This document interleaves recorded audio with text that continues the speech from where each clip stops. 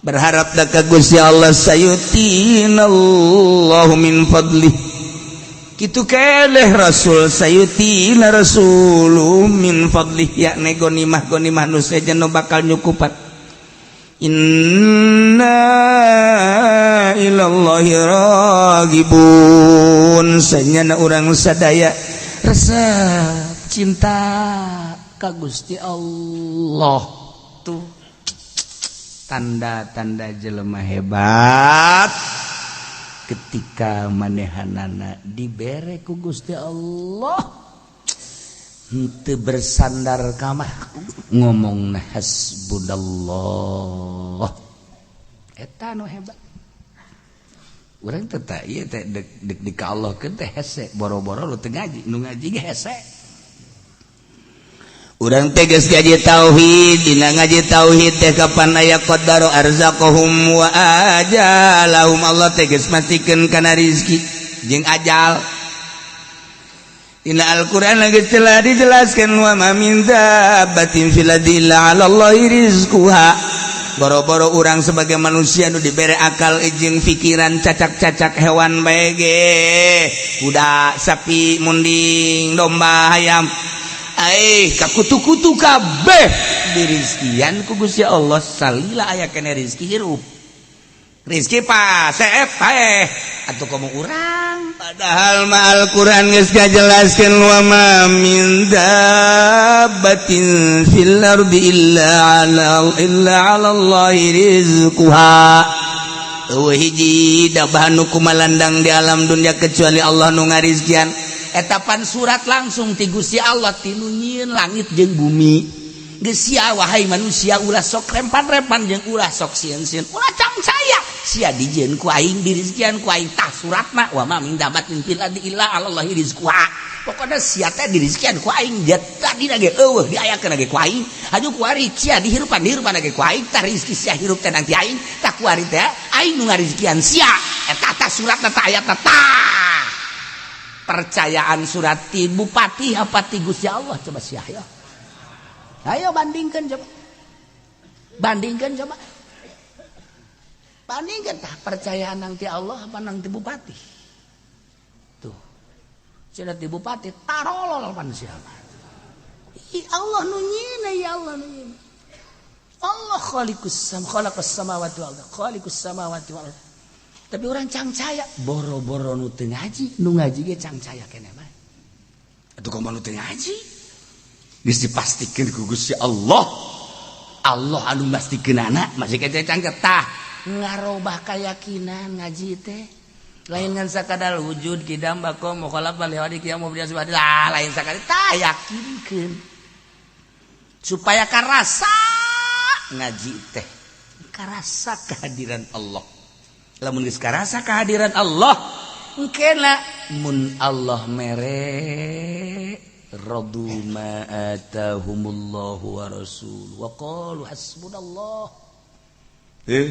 urang dagang mah dagang tapi pan untung jeung rugina mah Allah nu nangtukeun urang dagang masyaallah isu keneh urang cal-cal nu meuli hasbunallah alhamdulillah aya aturan dagang ti isuk datang ke sore eueuh nu mampir hiji-hiji aja Allah eta mah beureunanan urang teh endek ditenangkeun supaya ulah ngitungan duit tenang saja Allah teh tenang geus hees dagang jadi bari dagang bari hees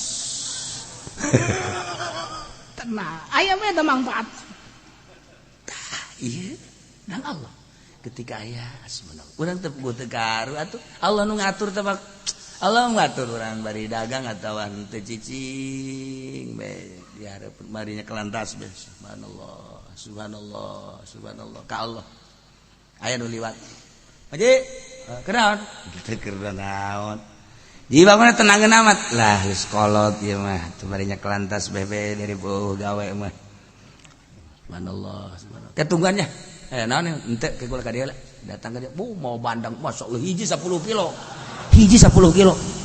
ya maji ya hampir paehnya nak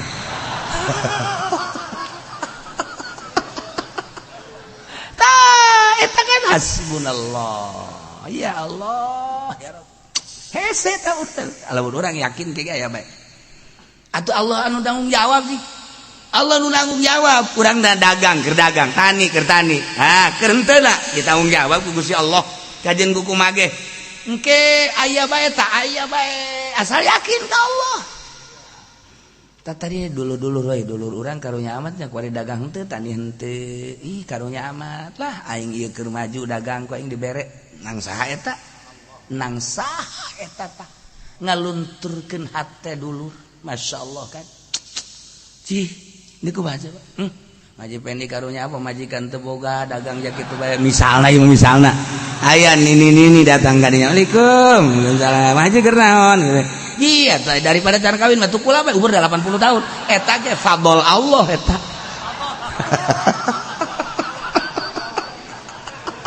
atuh tinggal ngomong bae hasbunallah wa ni'mal wakil ni'mal maula wa ni'man nasir kieu teuing Gusti tuh siapa tauhidnya jadi balik itu hasbunallah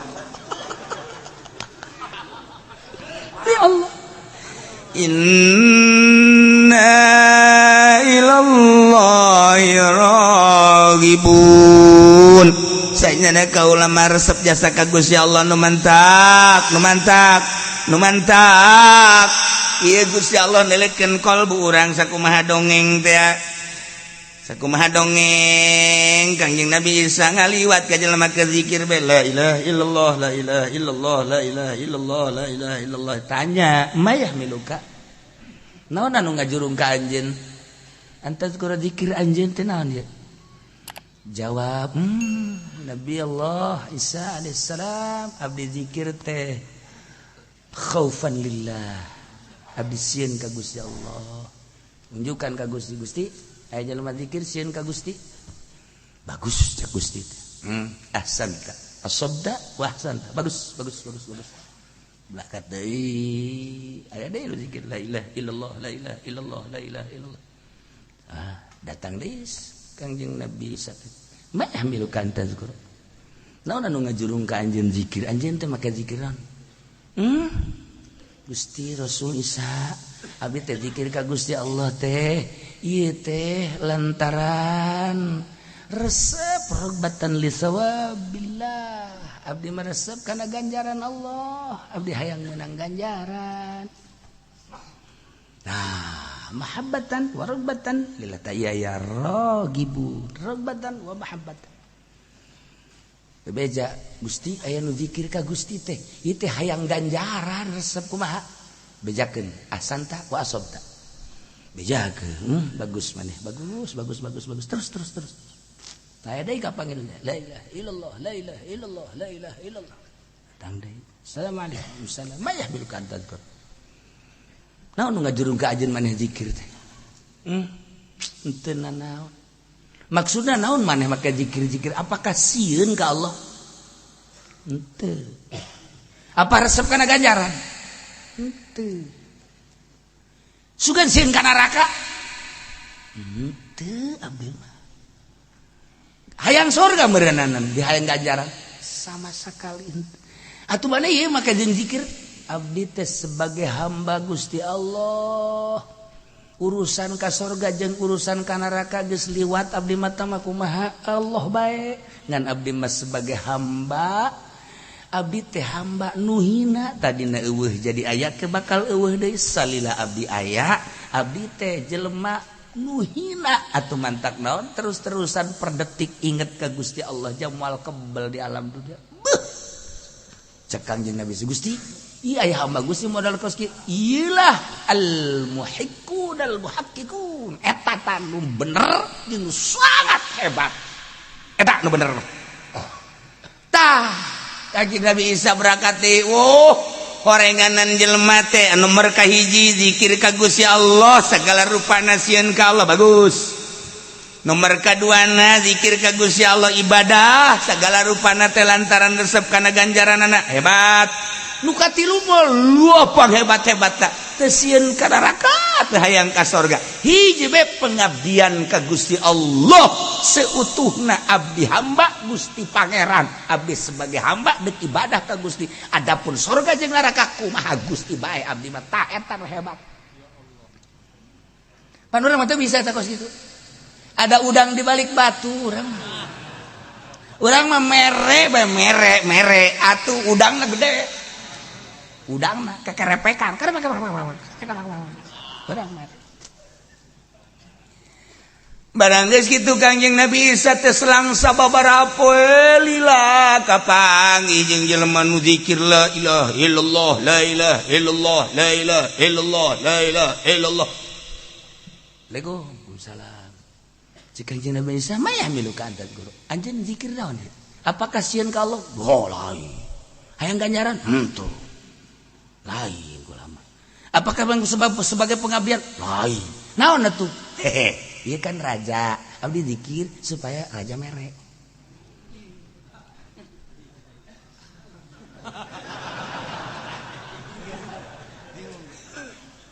Kangjeng Nabi Isa bebeja ka Gusti ya mah Gusti ieu lain dinu tadi teh ieu zikirna kos kitu neraka cek Gusti eta zikir bentukna mah zikir tapi Gusti Allah teu ngaku tah kos kitu mah lain ka aing tah mah lain sieun ku neraka lain hayang ka ganjaran lain sebagai pengabdian kunaon atuh make jeung hayang dibere ku raja kunaon atuh make hayang dibere ku jelema anu ngundang kunaon atuh hayang dibere ku tatangga geus ku aing disadiakeun ka Gusti Allah tuh neraka jahanam jang nu zikir niat mah bener kos kitu lain masalah mikir atuh ulah ka kulumnya na bae nya ya Allah iyalah inna ilallahi ragibun titahna ragibun ilallah cinta ka Allah resep ka Allah teh hayang sorga bagus resep ka Allah teh sieun kana siksana bagus resep ka Allah teh hayang sorga teh hayang neraka hiji bae ka Allah na we eta mah leuwih hebat leuwih bagus panghebatna nu ulah ge kaluar tinu tilu rasakeun ku urang lamun urang diondang ku bupati hayang naon pun hayang naon eta Haji Pendi tuh kan emang sia mah jurig neraka sia hayang naon lempengkeun si hade tah dongeng Kangjeng Nabi Isa masyaallah iyalah inna ilallahi ragibun kudu hasbunallah urang ulah cara munafik mah di mana dibere ngalem di mana teu dibere nyacat di mana dibere senang di mana teu dibere belu munafik urang ulah boga karakter kos kitu dibere cara model tadi zikirna ka Allah apa sieun neraka deres zikirna ka Allah resep kana sorga bagus zikirna ka Allah teu hayang teu embung neraka teu hayang sorga hiji bae pengabdian ka Gusti Allah hebat muhaqqiqunal muhaqqiqun nu katilu nu ulah mah zikir teh ya hayang dibere ku bupati hayang dibere ku gubernur hayang dibere ku tatangga hayang dibere ku presiden hayang dibere ulah teh kos kitu teh diulah-ulah ge kitu deui aya aturan mantes di pendopo bebeja babarengan sia dibere sabaraha can datang ka imah sigara itu tadi sisi mobil sia sabaraha je budak ngundang tsunami teh kiai tolong ulah sok ngalih ka dieu sih tadi kiai di kiai aya tadi dia tah kiai sarua jeung dieu sarua wa minhum yalmizuka fi sadaqat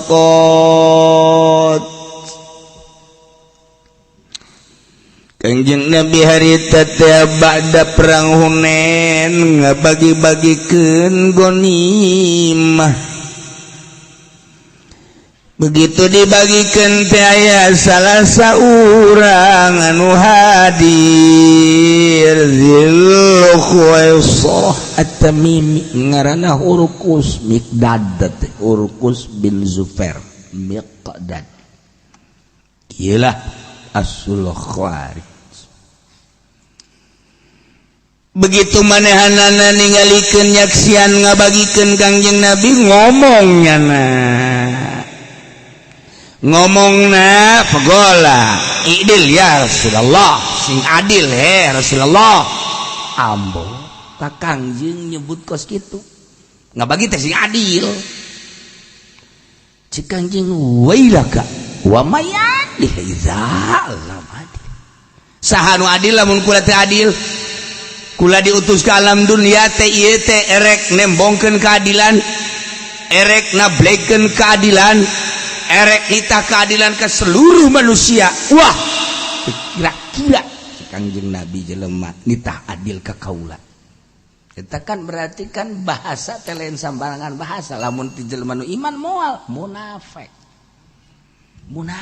teh Gusti Metek Kangjeng Nabi Sayyidina Umar mah langsung noel ka Kangjeng Nabi izinan Gusti adriba udoko gas beres beulna ku kalieu pedang ye sok main penggel-penggel bae maneh mamar itu Sayyidina Umar izan da'ni ya Rasulullah serahkeun ka abdi pasrahkeun ka abdi jelema kos kieu mah geus moal kebal deui ulah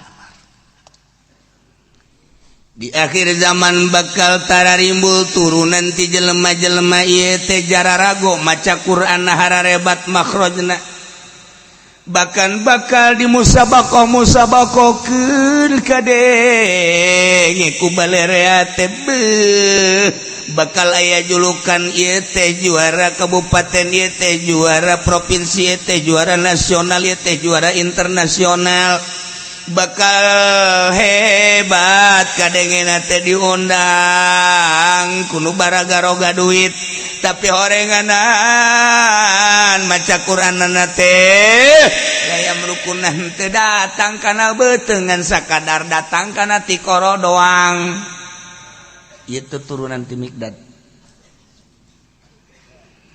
bakal dimusabakoh-musabakohkeun dia hebat-hebat kadenge ku balerea kahebatan suara jeung makhrajna jeung lirik-lirikna tetapi na manehanana teu make kana aturan-aturan Al-Qur'anul Karim Quran mah dibaca wala taqrabuz zina innahu kana fahisha orang nyana nu zinahna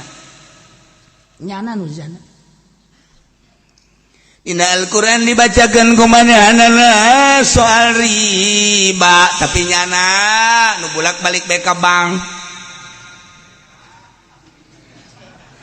kunyana dibaca Al-Quran didengung-dengungkeun soal keadilan tapi nyana pang teu adil-adilna di akhir engke Kangjeng Nabi bakal aya pembaca Al-Qur'anul Karim nu hebat istimewa tapi ternyata ngan sakadar datang ka ti koro hungkul teu datang ka beuteung ka kolbu yakna teu make loba baksana qori hafizul Qur'an ieu mah lain sakadar baca biasa hafizul Qur'an tetapi teu make kana Al-Qur'anul Karim.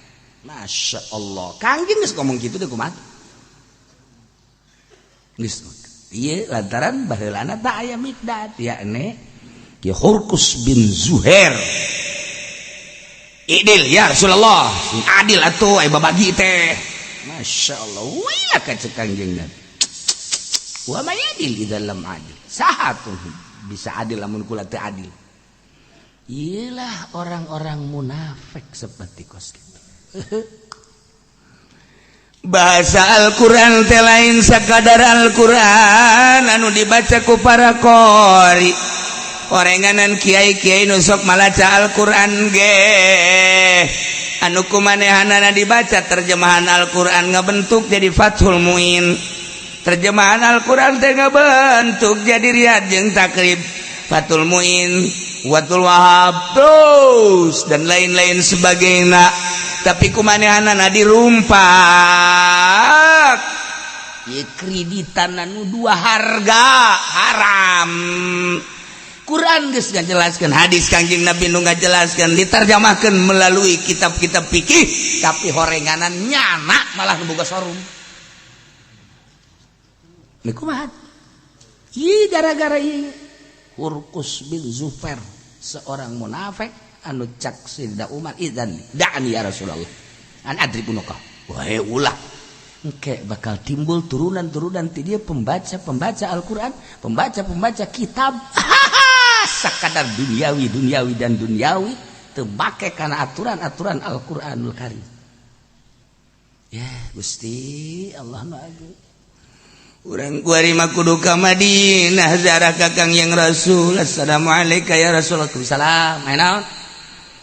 Ucapan Gusti Rasul dina Bukhari teh anu bakal terjadi saur tuan teh pembaca Al-Qur'an, pembaca kitab anu dibaca dengan sakadar datang ka tikor teu liwat ti tikor ya teu mararake Gusti di lembur abdi teh seueur. Lembur mana? Lembur abdi, lembur naon dia? Oh, Kanjeng Nabi dia make dia. Antaran ieu gemeseun Kanjeng Nabi. Hampura Gusti Rasul, iya mah. Sia urang mana? Tah bebeja kan atuh kudu dibejaan sa Kanjeng Nabi kayak ku aing dikirim ka Gusti Allah minta tsunami. Minta gempa, minta angin. Tah Masya Allah, eta teh nasihat Quran hanya sebatas bibir, lipstick. Urang mah kuari ngararaji teh ieu kuari di majelis taklim lalaki hungkul, awewe di majelis taklim awewe di ditu. Eta tadi nama diulah ngaji teh awewe di dieu teh supaya ulah ngahiji. Gara-gara nama aya ustadzah milu ngaji di zaman abad teh kula mah milu be di jero saurang dua urang tilu urang milu nyoret. Kabelah dia teh katan diulah datang ka kuari geus ulah ngararaji komun kembalanja doang mun naraonan. Geus ulah ngararaji geus sawe mah aing mah baris lalaki bae lah. Dikang mah geus tanggung ka neraka geus. Aduh. Udah lalaki itu. Awewe mah ulah hungkul mun deuk jaga hati-hati. Geus lamun aya awewe perem. Ya perem kotok minimal lah.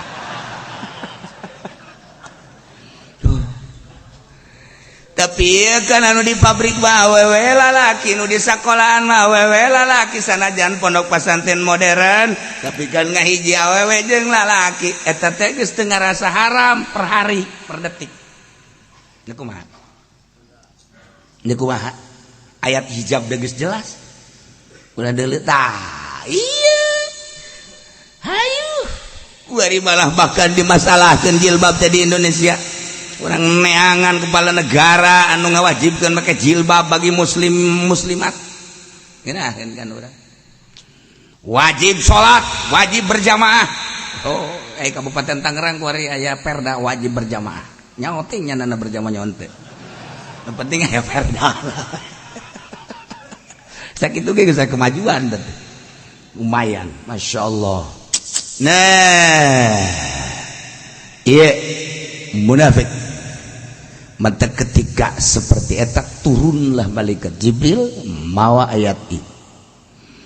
Wa minhum tina sawarehna munafik teh mana ya jelema munafik yalmizuka anu nyaci ka anjeun Muhammad yai bukan anu nyelanya cimaki ka anjeun Muhammad pikis nu sedekati dina ngabagi tentang sedekah, tentang gonimah, tentang zakat. Di antarana eta tadi Hurqus bin Zufair Mikdad teh anu bahasana idil ya Rasul sing adil Rasulullah. Nah eta kan bahasa teh bagus. Kos kitu teh.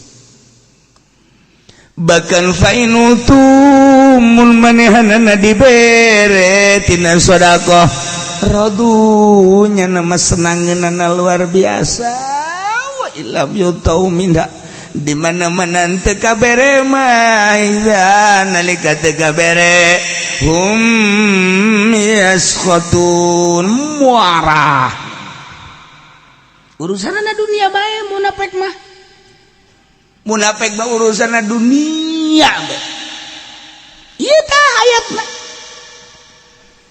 fa inutu minha radu lamun dibere tina eta sedekahnya nama senangeunana luar biasa ngalemna ge beuh ti luhur sausap rambut ti hadap sahibas dampal eueuh cawadeun si eta mah masyaallah solidarna pohara istimewanya nama jadi pamimpin teh di samping jujur jeung adil teh barahana luar biasa asal dibere bae kos kitu bae teu eureun-eureun ka unggal jelema tapi wa ilam yutawalamun teh dibere minatina sedekah idahum yaskotun marah para tama gubernur pelit tama presiden pelit bupati pelit teh munafik tah jelema nu kos karar itu munafik mah kos kitu kuari mah kunaon atuh eta kos kitu teh aya di kiai nu sok dedeketan jeung pamarentah manehanana menta ka pamarentah makan teu meunang sambarangan kudu make proposal ja aya disadiakeun di ditu teh dana sosialna yang pembangunan berbagai pembangunan nyen proposal teu eureun-eureun itu can turun yeun deui itu can turun yeun deui bagus numpuk proposal embalaya lamun dibere Bupati Zaki urang mah hebat dasar turunan Habib hebat jangan memang tiba bapana ge hebat ulus beuh duana lantaran proposalna turun ketika proposal nanti turunnya lah ngomong ya presiden urang presiden bupati urang teh kos kieu teh cenah turun Habib cenah ngarti tapi pelit amat imam beh mah koret lagi merepet dur pet gas urang turunkeun deui cacahanana geus lain deui lain pembangunan tapi demi beuteung manehanana tah eta kiai nu kos kitu kiai nu kos kitu eta kiai nu kos kitu eta kiai nu kos kitu hese ngomong aing ieu geus tah sia tah nu ngomong ka dituna mah aing mah toser doang tuh sia nu nyemes Masya Allah nek lebaran sok dibabagi ku bupati kiai nu bener malah Gusti abdi mah ulah dikiriman ku bupati ja abdi mah teu hayang sok ngaganggu kana katentreman jiwa abdi ja samping boga duit boga keun bae jang nu sararusah bae nalika dibere teh tetep bae dibagikeun ka nu susah ngan teu kudu abdi mah eta kieu bener sawarena mah lain kitu ieu teh geus tanggal sabaraha kiriman bupati can aya keneh bae tolol tah bupati goblok kunaon nolol ka bupati atuh kunaon ngagoblok-goblok ka bupati tah biasana masuk kabeh cenah ieu aing emang teu dianggap jelema meureun ku anya aing meureun punya nama dianggap kutu meureun de aing teu dianggap jelema pan aing teh kiai kok kiriman anak amat ieu bah geus kemah gede mun calon deui geus tayang imah ngomongna ge kos kitu bae tak ieu ayatna tah bejakeun teu fa inutu lamun dibarere ta kiai min hati bupati radu sararna ngeun ngomongna ge hebat ngalemna ge pohara tapi wa ilam yutau mun kiai teh dibere min hati dana bupati dana naon cenah bupati mangga bupati abai mah ngeuh kitu bae hodanan idahum yaskotun ngacaprak ngomong itu di Al-Quran yang ngacaprak segalanya idahum yaskotun tulis di sisina ngacaprak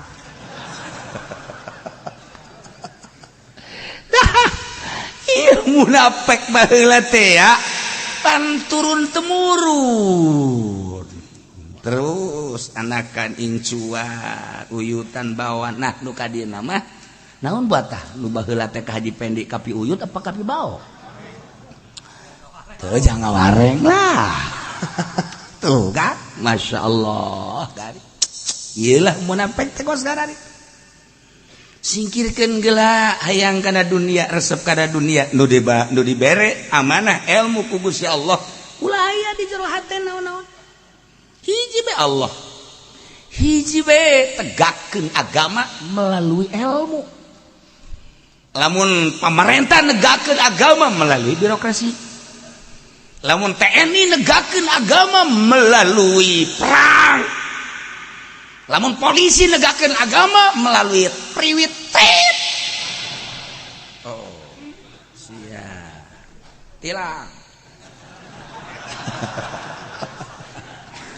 Aduh, Pak Haji dari mana?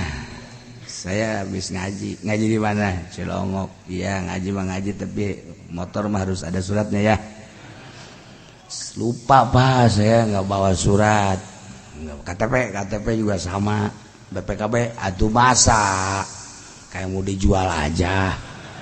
Jadi kan surat nggak ada, ini TSNK nggak ada, SIM nggak ada. Aduh, tapi habis ngaji. Iya. Ya udah kalau habis ngaji udah langsung dah. Alhamdulillah. Eta bang polisi hebat apa kok gitu bah. Berarti negakeun kejujuran jeung keadilan nyana melalui pangkat polisi. Padahal mah di dieu geus balokna loba. Bentangna geus loba. Bentang ketumiri segala di dieu. Tuh kan. Ya Allah ya Rabb. Nah, tapi anu gemes mah. Dari mana? Saya habis ngaji Pak. Ngaji urusan kamu. Motor harus ada suratnya. Mana SNK-nya? Lupa Pak, saking buru-burunya tadi abah subuh. Siapa suruh lupa kamu? Siapa suruh buru-buru kamu? Hah? Geus dikieu beta. Kartu tilang nang si kieu.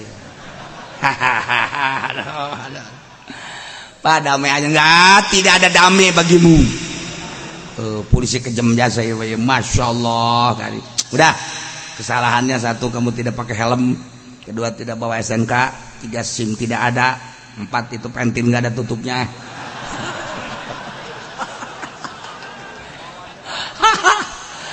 Nih surat tilang, idang kamu. Nyana di ini mah geus dia itu naon eta cek pemajikan surat tilang. Kok ditilang terus ngaji kan nyaho teh polisi kumaha meureun teh ku galedeg gitu polisi. Ngacaprakan. Wadak jadi polisi mah sampah masyarakat eureuna. Lamun teu bener, abi nu bener atuh teh sarua bae tapi kumaha amal perbuatanana. Ye, nah ieu tegak-tegakkeun agama jak kiai ge loba nu jadi sampah lain polisi bae. Jadi kiai ge loba nu jadi sampah masyarakat. Ye, diondang ngariung teu. Diondang nyalateun henteu. Hayu coba duit teu gablegnya. Santri baralik. Mingguan geus eureunnan. Tuh gara-gara asup Golkar baheula. Ih, ieu mah geus adieu Golkar ieu kalau mah ngomongkeun Golkar ge bukan baheula Golkar nu ayeuna mah tuluy kejem. Racun bagi kiai. Ulah ngomong gitu ge hook jasa ulah malena naon masyaallah. Teu jadi sampah. Jadi sampah. Masa keur maca khutbah diturunkeun? Khutbah Jumat, alhamdulillah turun. Alhamdulillahilladzi turun. Alhamdulillah turun aing teh hayang. Di khotiban ku sia aing mah. Ulah ngakhotiban batur heula dan sia heula. Turun. Aya aturan jadi imam diturunkeun keur maca khutbah. Gara-gara Golkar blonta Golkar. Nah, ieu sih gade. Eta nangsa gerak Allah. Ilmu aya tetapi nyana teu ngamalkeun ka ilmu lantaran ilmuna dipake neangan dunia nah iya nyana malamun ceramah dibere rodu ngomongna ge beuh eta mah barahan jasa wa illam yutawalamun ceramah teh dibere izahum yasqatun mengkerut bae teh daek ngomong di jalan ge ngarokok henteu nginum henteu supirna ge bingung kok kiai jadi kos kiai sakumaha dikancing tapi wir horenganan amplopna ipis kiai munafik aduh Gusti Allah lagu ge ayat kunaon kejem-kejem teh karasana nyeri ayat nyeri ge kanu asli ya tuh aduh kanu henteu tenang bae tuh tuh sia teh mah biangna ya Allah ya Rabb mantak naon si tararenang udah diundang ku bupati datang jangan ngadoakeun tapi ulah hayang pamerena ulah hayang ketika dibere cokot siapa pajar lalagan we lain ih ieu saya ngomong aing mah ulah hayangna ta ulah hayangna masyaallah kos ngariung urang mana ngariung jadi ganjaran teh sia ingin ngariung kadinya Gusti jadikeun abdi ganjaran atuh cek Gusti teh hayang naon sia kadinya abdi teh deuk ngaji jaya nu ngundang di samping ngaji di balik ngaji hayang naon aduh capek ya teh aduh hayang amplop jangan naon di amplop dibeleuman ku Ki Pudol di amplop eusina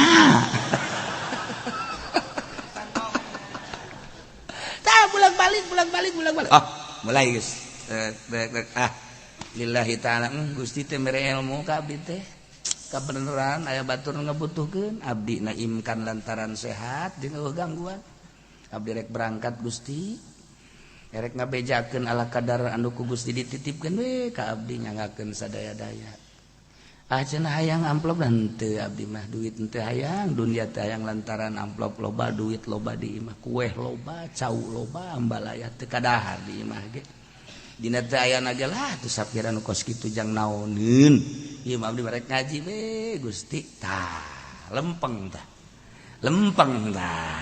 geus lamun balik sasalamanna tegep tek balik ieu mah aya aturan datang deui sorban tinggalin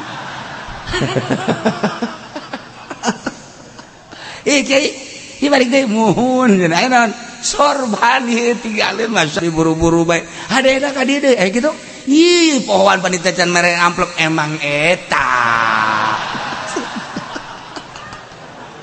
aduh ayo badak kiai deukeul kumaha munafekna tuh komo aju make DP segala rupa mah kiai naon teh kos kitu rek ngaji make DP segala sakumaha ngridit motor ieu wa minhum may yalmizuka fis sadaqat fa in utu minha radu wa illam yutu minha idza hum yaskhatun tuh masyaallah karim urang dijadikan kori ku Gusti Allah teh boga suara pamere Allah makhrajna menang ngaji nang Allah keneh boga lirik-lirik jeung lagam ti Gusti Allah melalui ngaji alhamdulillah kuari sok kaundang Gusti meureun abdi teh dititipan suara ku Gusti teh uya uluk-uluk Nabi Daud nah abdi teh ieu teh erek piwarang ngaos di hiji lembu dalam rangka maulidan teh maksudna ngaji-ngaji keneh rajaban ngaji keneh abdi bade ngalengkahkeun suku Gusti rek ngajikeun mukjizat Gusti wahyu Gusti Al-Qur'an teu hayang nanaon ieu mah sugan bae ku pembacaan ayat suci Al-Qur'an budak-budak anu encan ngarti can bisa maca katari supaya manehanana hayu hayang belajar haju anu geus rada gede supaya tertarik kana makhrajna abdi mah bisa teh sakitu bae ku Gusti teh dititipan teh naon maca Quran tina makhraj-makhrajna supaya ku abdi erek dijelaskeun melalui maulidan ieu ya ade ngajelaskeun pembacaan ada bae abeh batur teh oh jang maca Quranna bagus supaya ke batur bisa belajar teu abdi mah teu hayang naon abdi mah atuh beuki ngarokok rokok mah di imah ngahutang-hutang ge cenah ieu mobil kudu di bensinan atuh meuli di abdi duit mah aya ala kadar jeung sajabanan teu nah geus be tah be ngeunaheun ka kos kitu ngaji lagi ngeunaheun di denge kana bakal beda di denge kana bakal beda lu tertarik bakal loba bakal milu takak kolbunu bersih teh bakal milu adapun engke balikna ala kadar di amplopan ih ulah henteu henteu tah ti aing siapa ulah henteu tah niat di imanan teu dibere eta mah kan urusan Allah aja dibere mah nah eta kan lain deui ngeunaheun ke bakal tah supaya kararitu tah maksudna tah supaya anu ngaji Quran da sunah pan urang deuk ngaji maca Quran heula sunah dina Tambihul Muqtari itu sunah nah kemudian atuh ngajina kitu keneh bolak-balik urang teh supaya ieu bener jadi ganjaran kan ngeunah tah ieu makan lain abring-abringan kuari kiai-kiai teh nek lebaran teh ka pendopo dibabagi kiai teh marawa kartu BPJS antri dipimpin ku Kiai Haji Fudoli anak buahna lobanya antri di ditu teh sabaraha diberena pun klasifikasi caknya tuh nah ya jupain utul lamun di barare minarodu sarnangeun ngomong nage pohara ngalem nawa ilam yutau lamun teu diberemin haidahum yaskatun bararendu iyalah dunia dan dunia Masya Allah karim ulah aya cinta dunia sebab lamun cinta dunia bakal boga hasud jeung bakal boga hikduk bakal hasud jeung hikduk timbul persaingan Masya Allah karim ieu hayang ngalempengkeun hade ulah hayang dunia bae heulanan tah dunia mah hina kitu-kitu bae heula tah kitu-kitu titah kitu dunia hina kunaon dipake ka hayang ilmu anu mulia anu bakal engke ditanya ku Gusti Allah di akhirat ieu kunaon ku aing haju dipake usaha jang neangan nu hina tolol amat ti aing kitu-kitu tadi di urang sia teh bisa maca Al-Qur'an sia teh bisa maca kitab sia teh bisa maca tafsir sia teh bisa maca Bukhari itu mulia lain lalagaan teu sembarangan jelema dititipan kos kitu atuh kunaon haju kuari pake neangan dunia anu hina dunia mah tuh lain pake neangan teanganan lain kudu ku Al-Qur'anul Karim Quran mah tuh jang neangan sorga kunaon pake neangan secuil dunia goblok sia tolol sia goblok sia tolol boloon sia awak pecit sia ku aing care kanan nawa urang care kanan titah kateng lamun cek dina bade ngaranna bade tajrid namun dina bade mah mun urang ngaju kudu Jumat atau Johar makun aya bade tajrid teh nganggap diri urang teh dua wari aya di hareupeun urang plek tah dinasehatan tah urang teh nganasehatan urang seakan-akan aya di hareupeun urang eta tajrid ngaranna pokos urang kabungbulengan ku Kangjeng Nabi maneh teh make jeung ceurik segala rupa maneh teh make jeung teu sare segala rupa maneh teh make jeung teu ngeunah dahar teu ngeunah nginum ku sebab cinta jasa ka seseorang nu aya di Madinah ku sebab maneh teh resep jasa ka jelema nu aya di Madinah make jeung pohara teu ngeunah sare teu ngeunah dahar datang ka henteu cager lamun teu kapanggih pohara amat maneh teh tak urang teh ya urang seakan-akan aya di hari urang mah ka Kangjeng mah tilok kitu mun kitu mah kasarwiti kitu maneh teh kuari keur bobogohan kan jeung seorang wanita di Cikupa ngaran Sarwiti make jeung teu ngeunah sare teu ngeunah dahar emang kunaon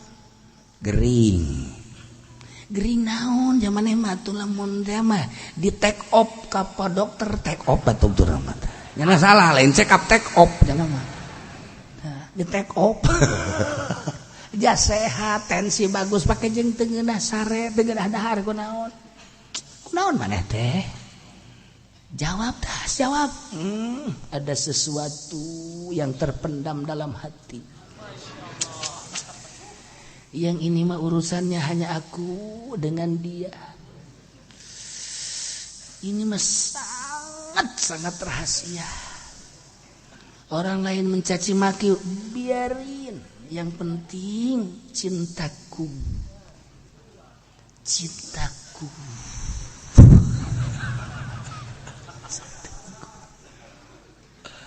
sebab wajahmu selalu ada di hatiku bibirmu ada di hatiku kicapmu ada di hatiku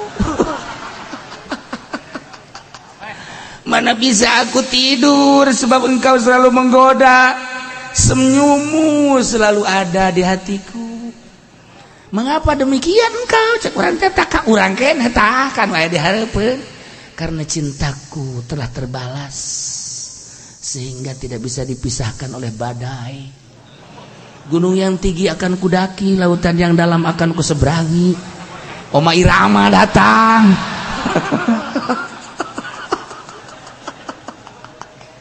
Nah, iyalah eta tajrid karana. Nah, urang ge mantak naon pituturan ka urang sia goblok. Wujudkeun diri urang di hareup. Sia teh dibere ilmu ku Allah. Meunang mondok pesantren 10 20 tahun. Sababaraha pondok pesantren ganti-ganti pondok pesantren. Kuari sia geus bisa maca tatadina ngan amil doang naik ka jurumiah naik terus kuari geus ngabisa. Haju ieu teh lain satelagaan lain sambarangan ilmu teh mulia tadi teh setiap jelema dibere kunaon haju pake neangan dunia nu hina dunia mah atuh pan geus ditanggung jawab ku Gusti Allah ayat lagi geus aya wa min dabatin fil ardi illa Allahi rizquha tapi kunaon haju make ditengan neangan make ayat deui segala ceramah neangan dunia segala kori neangan dunia goblok sia mah tolol sia mah kuy awas sia kana neraka nyaho sia kayaknya hampura tuh hampura sih bener sih ya urang takkan kos edan tan jadi lamun kajahoan ku batur mah je ki edan ki edan eta misalnya si budoli keur kos kitu keur kitu atuh goblok teh nunjuk-nunjuk biasa aja ajakan diwujudkeun aya tajrid mah kos kitu karena sia teh ditunjuk-tunjuk tah ka deuleu tah ku muridna euy ki budoli OTM nyana kegituan serangan bae. Ji balik ceramah juga kegituan herannya na. Asana isu ka grogol nyana. Anu kumaha ge. Kadeng goblok sia. Sia nu edan tolol meureun sia. Ye aing keur ngalempeng-lempeng diri aing pajar edan sia nu edan. Ye goblok meureunnan sia. Tuh tungtung nama ngepek bae pan. Iyalah. Dicoba lamun teh dicoba mal bisa cobaan. Ge cenah ki uci ngomong we ka batur emangnya da teureuskeun kada ulah sok haja memperhatikeun aing. Aing keur ngomong sia mah sia bae ulah sok nganilai ka aing. Nah cenah nya mah mobil boga motor boga eta mah urusan aing goblok. Sok aju suuzon ka aing. Aduh ulah kitu cenah nganasehatan batur aing jangan teu nganasehatan. Nah iya jelema nu kos kieu kudu diservis ieu mah ganti oli ieu mah budak ieu nonggeng sia ganti oli teu jahoeun nya teu jahoeun masyaallah badak ulah neuleuh Habib Lutfi mewahna ayeuna ulah neuleuh Gus Dur jadi presiden mewah naik BBNW ka hotel dari hotel ulah kolbuna deuleu kolbuna deuleu moal dianggap bapak bangsa moal nyana di wali-wali di Jawa mun eueuh tanda-tanda moal Habib Lutfi ku ari di kumaha-kumaha teu sabodo bae nu ngomongkeun emang para habaib eueuh ambalaya tetapi engke ge lentur lunak nu ngomongkeun nu ka kula bae ge Habib sabaraha nu ngomongkeun Habib Lutfi karena dianggap kula deket beureun ngomongkeun Habib Lutfi gini-gini kula dilempengkeun teu ngartinya. Kula pernah bebeja ka Habib. Ada Habib anu, kenapa? Ngomongin Habib itu biarin aja. Habib lillahi taala kula pernah ngambejakeun sebab ayana di Pekalongan Habib eta. Habib itu ngomongnya biarin semaunya. Eueuh masalah jelema nu geus deukeut ka Allah jeung geus teresep kana dunia deuk dicaci, deuk dimaki, moal kudu kumaha. Mun aja Pudoli anu ngomongkeun.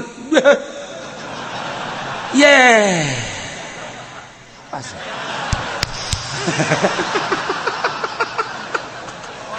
Ya suliwa main ya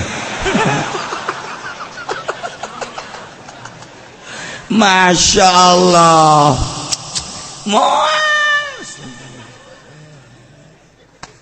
nah iya ayat ieu teh ayat jangka munafik ketika orang aya maksudna mah sobalah saetik tentu pahit-pahit lah kurang dek ngalengkah aya nu ngondang tatangga pahit dek dilillahi ta'ala pasti pertama mah pahit tapi terus bae ka Allah bere abdi Gusti bere abdi Gusti bere Gusti kaikhlasan abdi aya undangan imkan urang na itu imkan ulah kira-kira bakal terjadi ganjaran ulah kita kira-kira bakal orang imkan lalu gina orang cek orang Bandung mah ayo ka ditu teh lempengkeun segala rupa engke ge dibere ku Allah tujuan orang tak cek Gusti Allah ukhruj min baitika liridoya keluar maneh ti imah aing demi neangan karidoan aing sia keluar ti imah aing eta bahasa ahli marifat diterjemahkeun ukhruj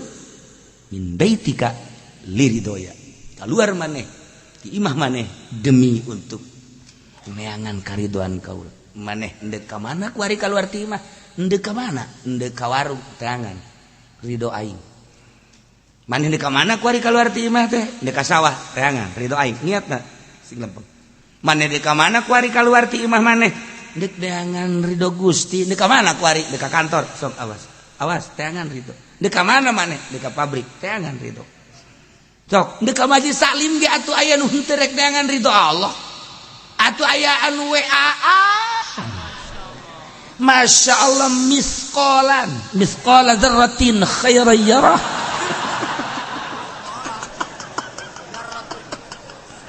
Masya Allah karim nah liridoya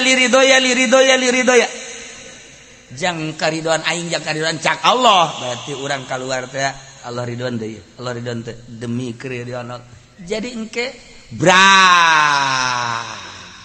kamana bae urang deuk neangan ridho Allah bareng lempang ka pabrik nu ieu mah neangan ridho Allah nu mah henteu nilai di akhirat mah lain bareng ka pasar nu ieu mah neangan ridho Allah nu mah lain atuh lain deui bareng ka kantor nih mana yang ridho Allah nih mana atuh lain deui engke di akhirat kan kaget di akhiratna kumaha siapan bareng jeung aing ka kantor kos sia mah ka surga aing mah ka neraka aing baheula ngaji di Cilongok aju kadenge bae cenah mun kaluar ti imah neangan ridho Allah aing teh terus bae ngausahakeun terus alhamdulillah batak aing mah aman tuh, pasti lagi ngaji ke dia Cilongok. Emang ngaji dah handapeun tanggal Ambon. Tuh kan. Nah iya ayat ieu munafik ngan bisi aya tanda-tanda kamunafikan hiji. Walau annahum radu ma atahumullahu wa rasuluh lamun bae jelema teh sararuka ridho senang kana naon nu dibere ku Gusti jeung Rasulna tentang gonimah jeung sabangsa yakni aya pamere nanyana senang waqalu ngomong nage hasbunallah Allah teh nyukupan ka urang nah eta ngomong geus kitu lakana khairal lahum lebih bagus teh kitu teh sayutina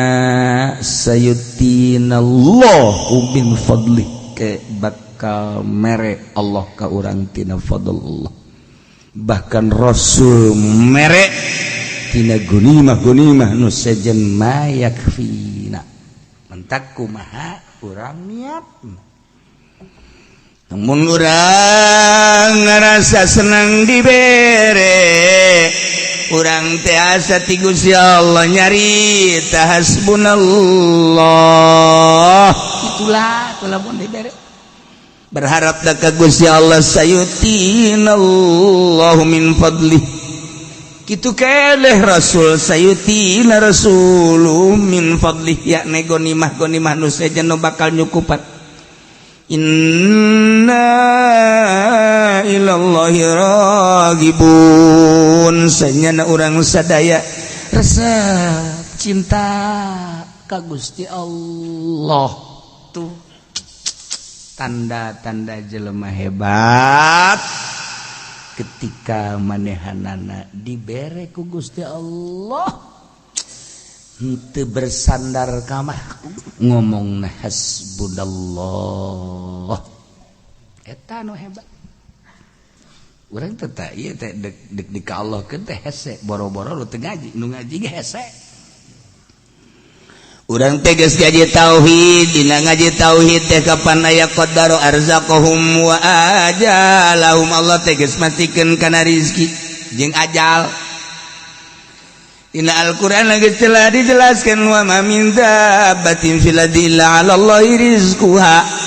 Boro-boro orang sebagai manusia nu dibere akal jeung pikiran cacak-cacak hewan bae ge kuda sapi munding domba hayam kakutu-kutu kabeh dirizkian ku Gusti Allah salila aya kene rezeki hirup rezeki pa seef hae atuh komo urang cek Ibnu Athaillah teh amalamun teh ama urang dibere surat ti bupati lantaran urang geus mengabdi ka nagara anu sakitu hebatna haju dibere surat ku bupati dalam bentuk tanda tangan bentuk suratna teh kieu Zaid Anda telah mengabdi untuk mengabdikan diri kepada negara kami. Saya sebagai kepala Kabupaten Tangerang DT2 memberikan hadiah atau menaikkan gaji dari 2 juta per bulan menjadi 3 juta misalnya. Tanda tangan sekian Zaki Iskandar. Oh, baca. Wah, bunga. Bebeja ka pamajikan tah. Geus urang mah pokona mah heheotan. Kunaon tah sabulan 3 juta geus bulan 30 3 juta beladan tah sabulan 3 juta urang tah.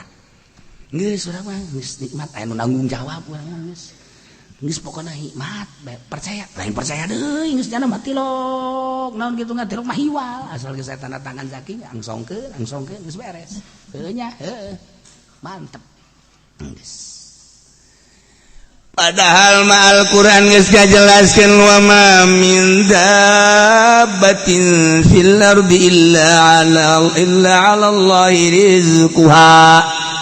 Eueuh hiji dabah nu kumalandang di alam dunia kecuali Allah nu ngarizkian. Etapan surat langsung ti Gusti Allah ti nu nyieun langit jeung bumi. Geus sia wahai manusia ulah sok rempan-rempan jeung ulah sok sieun-sieun. Ulah saya sia dijieun ku aing dirizkian ku aing tah suratna wa ma min dabbatin fil ardi illa 'ala Allahi rizquha. Pokona sia teh dirizkian ku aing tadina ge eueuh diayakeun ge ku aing haju ku ari sia dihirupan ge ku aing tah rezeki sia hirup teh nanti aing tah ku ari teh aing nu ngarizkian sia eta tah suratna tah ayatna tah. Percayaan surat ti bupati apa ti Gusti Allah coba sia ya. Ayo bandingkeun coba. Bandingkeun tah percayaan nang ti Allah apa nang ti bupati. Tuh. Cenah ti bupati tarolol pan siapa. Allah nu nyieun ya Allah nu nyieun. Allah khaliqus samawati wal ardh. Khaliqus samawati wal ardh. Tapi orang cangcaya boro-boro nu teu ngaji, nu ngaji ge cangcaya keneh bae. Atuh kumaha nu teu ngaji? Geus dipastikeun ku Gusti Allah. Allah anu mastikeunana masih kece cangket tah ngarobah keyakinan ngaji teh. Lain ngan sakadar wujud kidam bakom mukhalaf balihadi kiamu biasa badi lah lain sakali tah yakinkeun. Supaya karasa ngaji teh. Karasa kehadiran Allah. Lamun geus karasa kehadiran Allah engkena mun Allah mere radu ma atahumullahu wa rasul wa qalu hasbunallah. Urang dagang mah dagang. Tapi pan untung jeung rugina mah Allah nu nangtukeun. Urang dagang masyaallah isu keneh urang cal-cal nu meuli. Hasbunallah. Alhamdulillah. Aya aturan dagang ti isuk datang ka sore eueuh nu mampir hiji-hiji aja. Allah eta mah beureunanan urang teh endek ditenangkeun supaya ulah ngitungan duit. Tenang saja kalau teh tenang. Geus hees dagang. Jadi bari dagang bari hees. Tenang, aya mah eta manfaat. Iya, dan Allah ketika aya subhanallah. Urang teu teu karu atuh Allah nu ngatur teh Allah ngatur urang bari dagang atawa teu cicing bae. ya marinya kelantas subhanallah subhanallah subhanallah ka Allah aya nu liwat Maji kenaon kitu keur naon jiwa mana tenangeun amat lah geus kolot ieu mah teu marinya kelantas bebe dari beuh gawe mah subhanallah subhanallah ketunggannya naon henteu ke kula ka dieu datang ka dieu mau bandang masyaallah hiji 10 kilo ya Maji ya hampir paehnya nak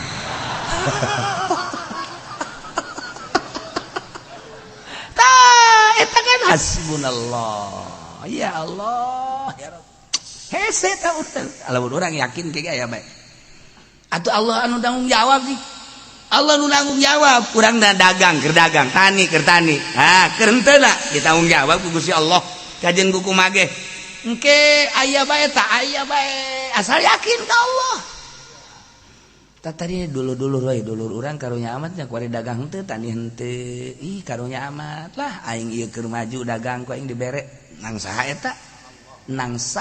eta tah ngalunturkeun hate dulur masyaallah kan cih niku baca maji pendi karunya apa majikan teu boga dagang ja kitu bae misalna aya nini datang ka dinya Assalamualaikum waalaikumsalam maji keur naon iya daripada can kawin mah tukul apa umur 80 tahun eta ge fadl Allah eta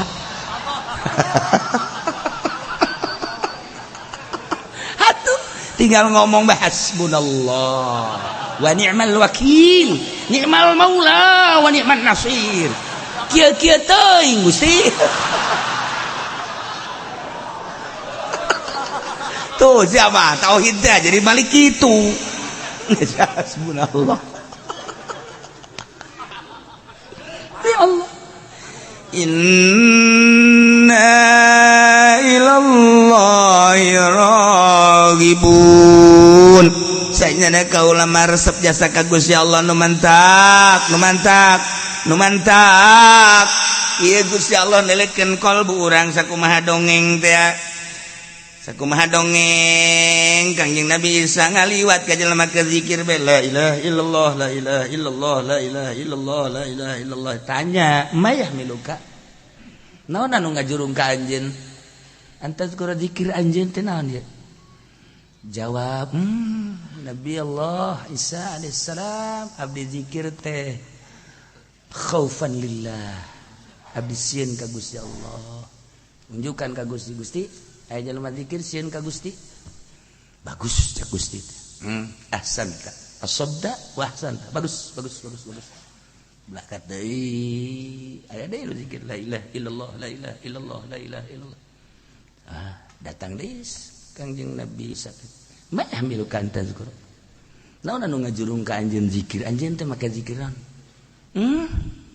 Gusti Rasul Isa abdi teh zikir ka Gusti Allah teh ieu teh lantaran resep rogbatan li sawabillah abdi meresep kana ganjaran Allah abdi hayang meunang ganjaran nah mahabbatan wa rogbatan lillah ya ragibu rogbatan wa mahabbatan bebeja Gusti aya nu zikir ka Gusti teh ieu teh hayang ganjaran resep kumaha bejakeun ahsanta wa asabta bejakeun bagus maneh bagus terus taya deui ka panggilna la ilaha illallah la ilaha illallah la ilaha illallah tang deui assalamualaikum salam mayah bil kantan ko naon nu ngajurung ka ajeun maneh zikir teh henteu naon maksudna naon maneh make zikir apakah sieun ka Allah henteu apa resep kana ganjaran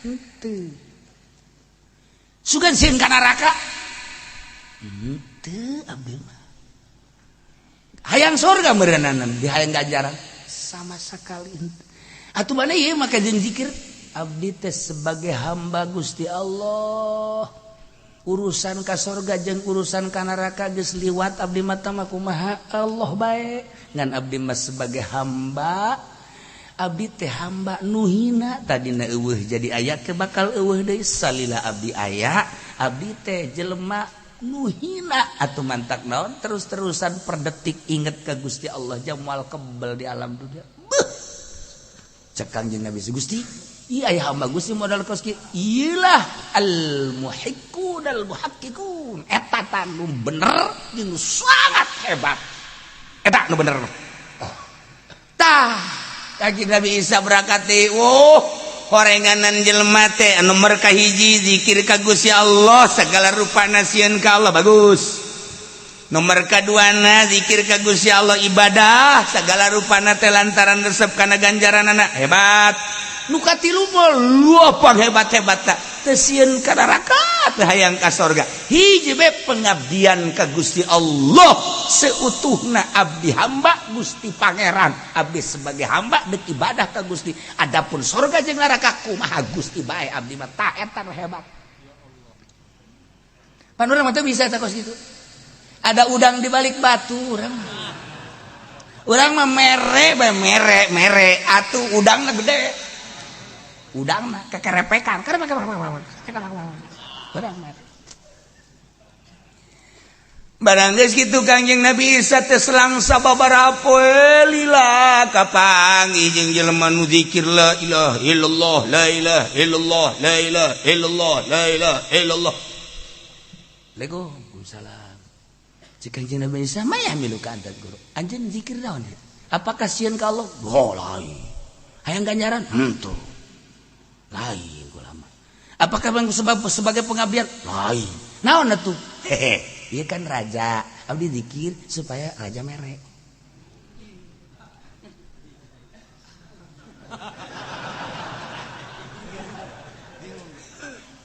Kanjeng Nabi Isa bebeja ka Gusti ya hamba Gusti ieu lain dinding nu tadi teh ieu zikirna kos kitu neraka cek Gusti Allah eta zikir bentukna mah zikir tapi Gusti Allah teu ngaku tah kos kitu mah lain ka aing tah mah lain sieun ku neraka lain hayang ka ganjaran lain sebagai pengabdian kunaon atuh make jeung hayang dibere ku raja kunaon atuh make hayang dibere ku jelema anu ngundang kunaon atuh hayang dibere ku tatangga geus ku aing disadiakeun ka Gusti Allah tuh neraka jahanam jang nu zikir niatna bener kos kitu lain masalah mikir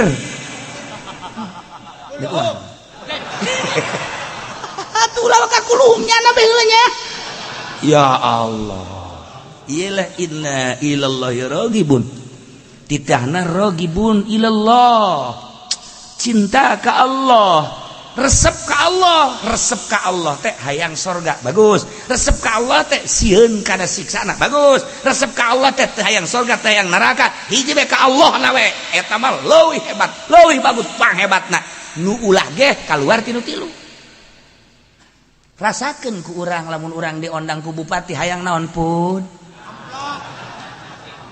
hayang naon eta Haji Pendi tuh kan emang sia mah jurig neraka cenah hayang naon lempengkeun si hade tah dongeng Kanjeng Nabi Isa masyaallah iyalah inna ilallahi ragibun kudu hasbunallah urang ulah cara munafik tadi mah di mana dibere ngalem di mana teu dibere nyacad di mana dibere senang di mana teu dibere belu munafik urang ulah boga karakter kos kitu dibere cara model tadi zikirna ka Allah apa sih neraka deres zikirna ka Allah resep kana sorga bagus zikirna ka Allah teu hayang teu embung neraka teu hayang sorga hiji bae pengabdian ka Gusti Allah hebat muhiqqunal muhaqqiqun nu katilu nu ulah mah zikir teh ya hayang dibere ku bupati hayang dibere ku gubernur hayang dibere ku tatangga hayang dibere ku presiden hayang dibere ulah teh kos kitu teh diulah-ulah ge kitu deui aya aturan mantes di pendopo bebeja babarengan sia dibere sabaraha can datang ka imah sigara itu tadi sisi mobil sia sabaraha je budak ngundang tsunami tak kiai tolong ulah sok ngalieu ka dieu sih da kiai aya tadi dia tah kiai sarua jeung ieu sarua